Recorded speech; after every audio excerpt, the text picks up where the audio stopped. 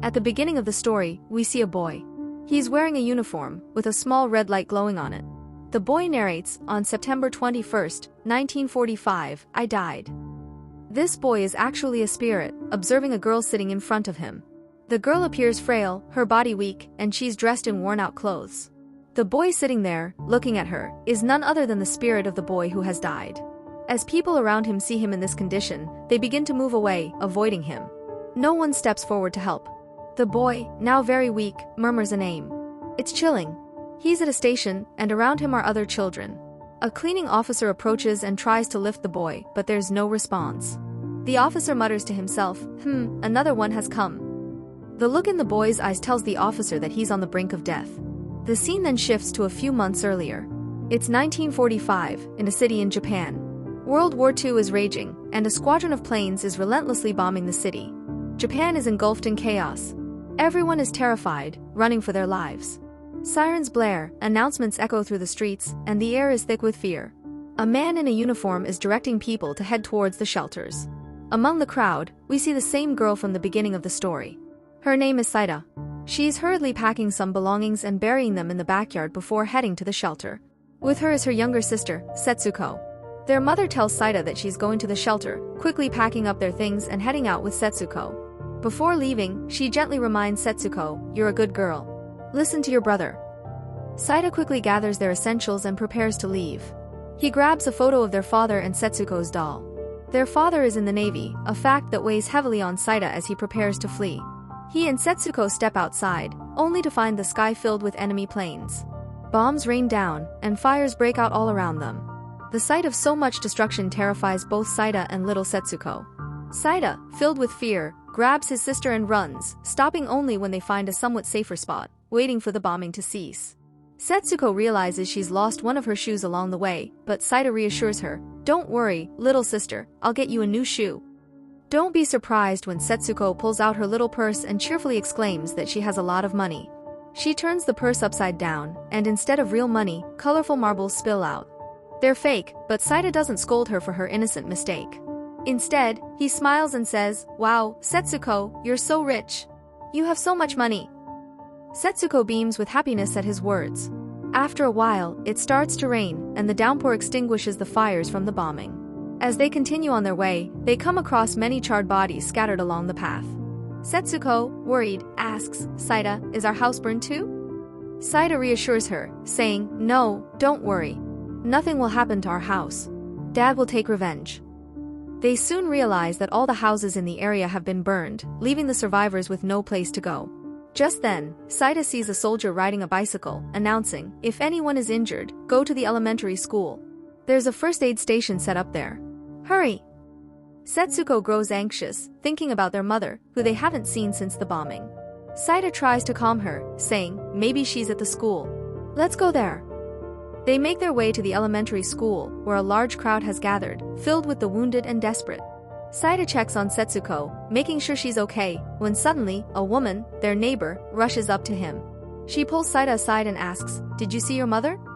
Her voice is urgent. She tells him that his mother is gravely injured and that he should go see her immediately. Fear grips Seita as he hurries inside to find his mother. He reaches a room where a man, who had been waiting for him, greets him with a somber expression. The man shows Seita a ring and asks, "Seita, is this your mother's?" Seita recognizes it instantly, it's his mother's ring. The man leads Seita inside, where he finds his mother, her body wrapped in bandages, bloodied, and barely recognizable. The man tells Seita, "Your mother is badly burned, but she's still alive. If we can get her to a hospital quickly, there might be a chance to save her." Seita rushes outside, where he sees Setsuko playing with the neighbor. He tells Setsuko that they need to take their mom to the hospital because her condition is very serious. He also tells her that she will have to stay with their aunt at the hospital. Seita carefully places the ring in Setsuko's purse and tells her to keep it safe. The neighbor gives Seita some rations and offers to let him stay with her for a few days, but seeing Seita's sadness, he declines. Seita misses his mother terribly, saying, "I miss my mom so much. I just want my mom back." Tragically, the next day, Seita's mother passes away, and her body is cremated along with others. Before this, Seita had already left Setsuko with their aunt. After the funeral, Seita travels to the city of Nishinomiya, where his aunt lives. When he arrives at his aunt's house, Setsuko immediately bombards him with questions. Hey, brother. You're here. Where's mom? I can't see her. Where is she? Seita, unable to bear telling her the painful truth, lies and says, Mom's not well, so she won't be able to come here. Their aunt then reassures Setsuko, telling her that their mom is still in the hospital and won't be able to come home for a while. The next day, Seita goes back to their house, only to find it completely burned down. All that remains are the broken ruins of what once was their home. Seita had returned to retrieve the belongings he buried, the very scene we saw at the beginning of the story. Seita retrieves his belongings and finds some fruit drops, a type of candy. He carefully places all his things in a bullock cart, slips the fruit drops into his pocket, and heads to his aunt's house. When he arrives, he hands everything over to his aunt. She sarcastically comments, "Oh wow, so much stuff. Why do Navy people always get all the good things?" She then asks about his mother's condition, and Seita tells her the truth, that their mother died 2 days ago. He hadn't told Setsuko because he didn't want to upset her, she would have cried a lot if she knew. As night falls, Seita takes Setsuko out for a walk. He shows her a swarm of fireflies, which glow beautifully in the dark. Then, he takes out the fruit drops he brought from home. Setsuko immediately recognizes them as her favorite candy.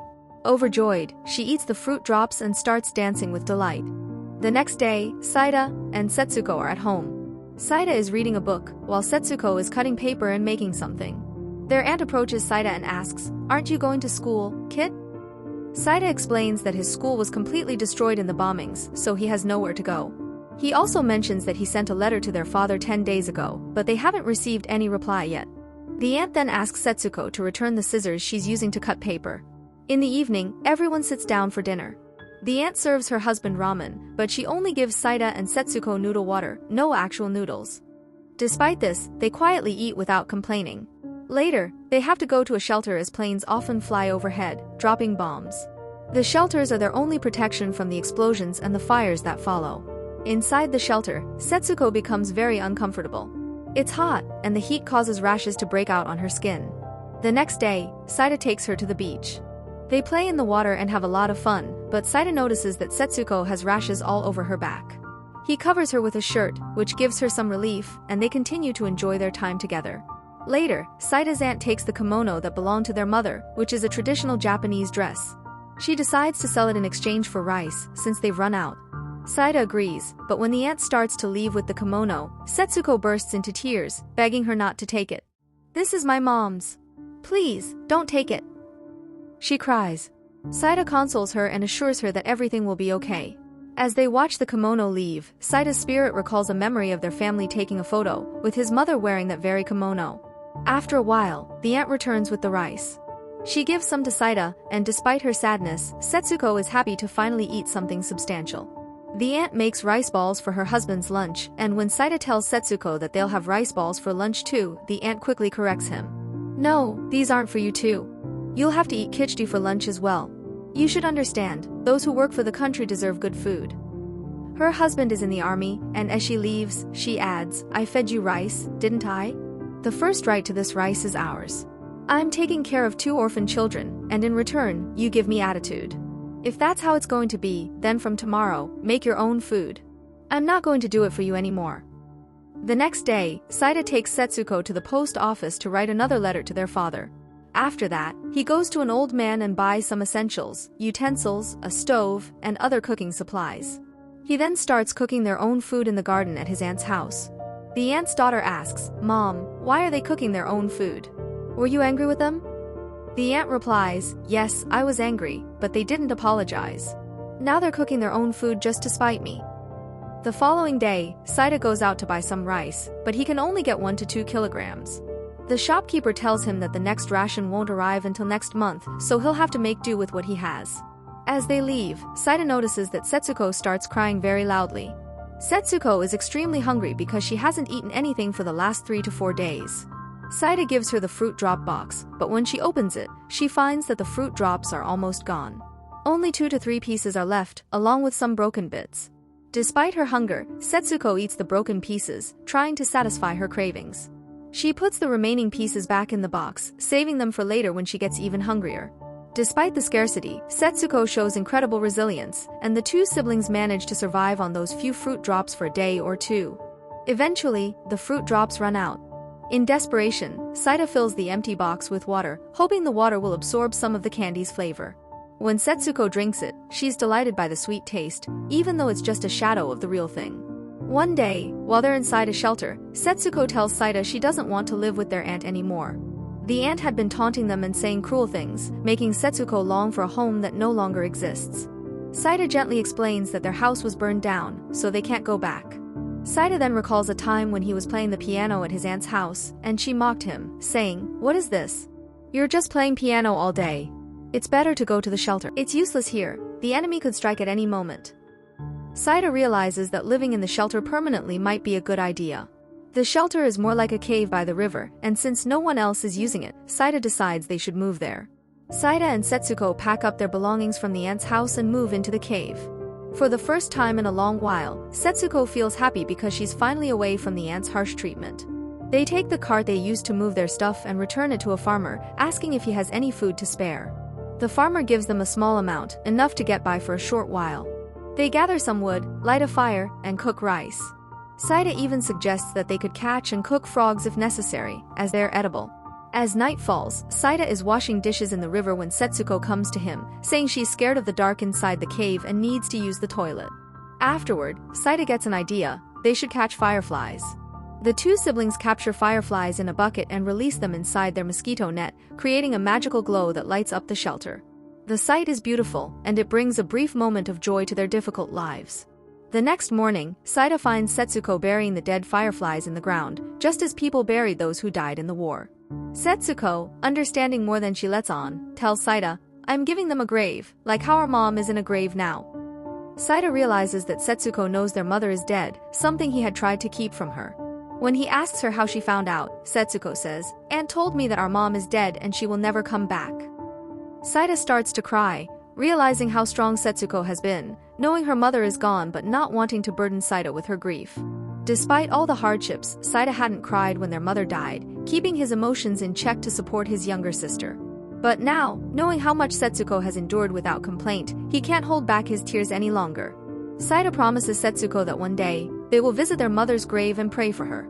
The next day, Seita and Setsuko go to the farmer to get some rice, but the farmer refuses, saying he doesn't have enough due to the wartime shortages. Disheartened, Seita walks back to the cave and sees a vegetable farm along the way. Desperate, he steals some vegetables and brings them back. However, the farmer catches him in the act and beats him badly before dragging him to the police station. At the station, the officer is kind and sees that Seita has been beaten severely. He warns the farmer to leave before he gets charged with harming a child. The farmer, frightened, runs away. The officer tells Seita, "I've helped you this time, but be careful from now on." Seita is released and finds Setsuko waiting for him outside the station. When she sees his injuries, she hugs him and says they should go to a doctor. Seita, overwhelmed with guilt and sadness, starts crying, feeling helpless that he can't properly care for his sister. Because of the food shortage, Seita resorts to stealing from abandoned houses during air raids when everyone is in the shelter. He becomes a thief, doing whatever it takes to feed Setsuko. But despite his efforts, Setsuko grows weaker, her eyes losing their brightness. With no other options, Seita tries to trade some clothes for food, but the woman he approaches refuses, saying food is more valuable than anything else now.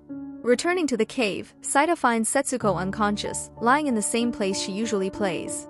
Terrified, he thinks she might be dead when he sees a fly land on her. He calls out to her, "Setsuko, open your eyes. Are you okay?" Setsuko slowly wakes up, and Seita is flooded with relief. He quickly takes her to a doctor, who examines her and says, she has diarrhea, weakness, and rashes. These are signs of malnutrition. She needs food. Seita pleads for medicine or lotion for her rashes, but the doctor coldly responds, "I told you, she needs food. Give her something to eat and stop bothering me." Angrily, Seita yells, "Where am I supposed to get food? I don't have any. And you call yourself a doctor?" Desperate, Seita continues searching for food, doing everything he can to keep Setsuko alive.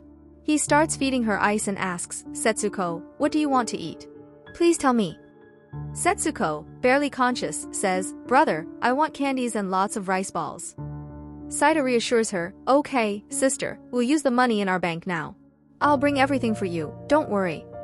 But Setsuko starts crying and says, "Just stay with me." Seita had to leave her alone in the shelter while searching for food, and she was terrified of being alone. He promises her, "Don't worry, I'll never leave you alone again." The next day, Seita goes to the bank to withdraw money. He learns that Japan has surrendered in the war and that all the Navy ships, including the one their father served on, have sunk. Hearing this, Seita is devastated. He whispers, "Dad, I hate you." What does this mean? Now Dad is dead too? Feeling completely alone and orphaned, Seita returns to the cave with food. But when he arrives, he finds Setsuko lying down, chewing on something. To his horror, he realizes she's chewing on marbles, mistaking them for candies. Seita quickly takes the marble out of her mouth and gives her some watermelon. Setsuko, in her delirium, picks up 2 stones and says, "Brother, these are rice balls. Very tasty, please eat them." Seita realizes that Setsuko has lost her mental balance due to extreme hunger. He cuts a piece of watermelon and feeds it to her.